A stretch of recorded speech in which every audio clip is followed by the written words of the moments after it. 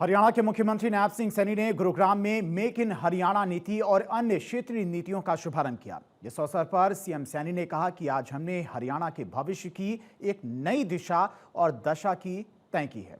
इसके साथ ही हरियाणा सरकार ने पुलिस आधुनिकीकरण की दिशा में एक बड़ा कदम उठाया है। गुरुग्राम में आयोजित कार्यक्रम में मुख्यमंत्री नायब सिंह सैनी ने कहा है कि राज्य सरकार पुलिस व्यवस्था को आधुनिक और अधिक प्रभावी बनाने के लिए लगातार कदम उठा रही है और नई ERV के माध्यम से पुलिस की पहुंच बढ़ेगी और संकट की स्थिति में लोगों को पहले से अधिक तेजी से सहायता मिल सकेगी।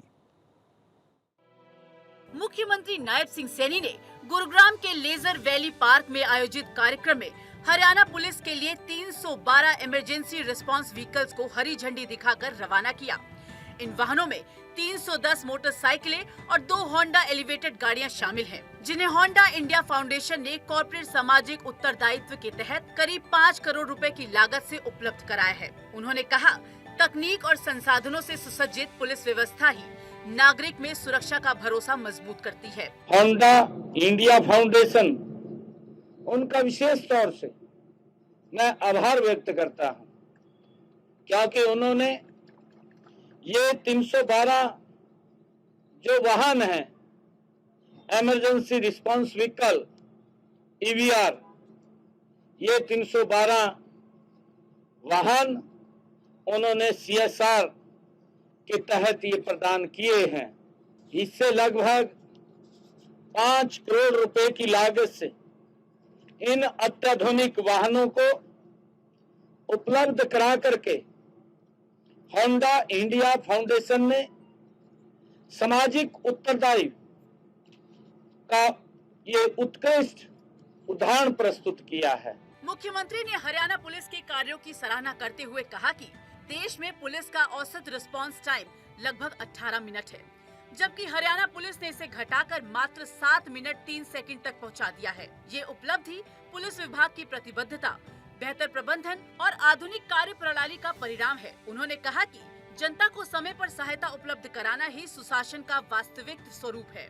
आज हरियाणा देश के उन अग्रणी राज्यों में शामिल है जहां कानून व्यवस्था, तकनीकी निगरानी, महिला सुरक्षा और ट्रैफिक प्रबंधन को लेकर के लगातार सुधार हो रहे हैं।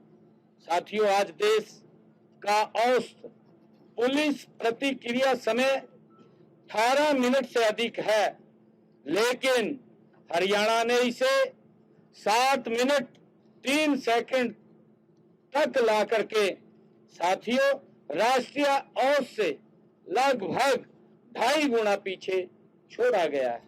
मुख्यमंत्री ने बताया, गुरुग्राम को 60 मोटरसाइकिलें और 1 होंडा एलिवेटेड गाड़ी, फरीदाबाद को 40 मोटरसाइकिलें और 1 होंडा एलिवेटेड गाड़ी उपलब्ध कराई गई है। इसके अतिरिक्त प्रदेश के अन्य जिलों को 210 मोटरसाइकिलें दी गई हैं। इन वाहनों को विभिन्न संवेदनशील और प्रमुख क्षेत्रों में तैनात किया जाएगा, ताकि आवश्यकता पड़ने पर पुलिस सहायता कम से कम समय में उपलब्ध हो सके। मुख्यमंत्री ने प्रदेश वासियों से यातायात नियमों का पालन करने की अपील करते हुए कहा कि सड़क सुरक्षा के प्रति जागरूकता और जिम्मेदारी भी सुरक्षित समाज के निर्माण में महत्वपूर्ण भूमिका निभाती है।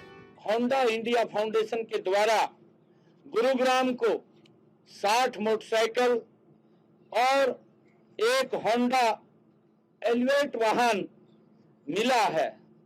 उसी प्रकार फरीदाबाद को 40 होंडा मोटरसाइकिल और 1 होंडा एलिवेट ये वाहन मिला है और इसके अतिरिक्त हरियाणा के अन्य जिलों के अंदर भी लगभग 210 मोटरसाइकिल ये उपलब्ध कराई गई है।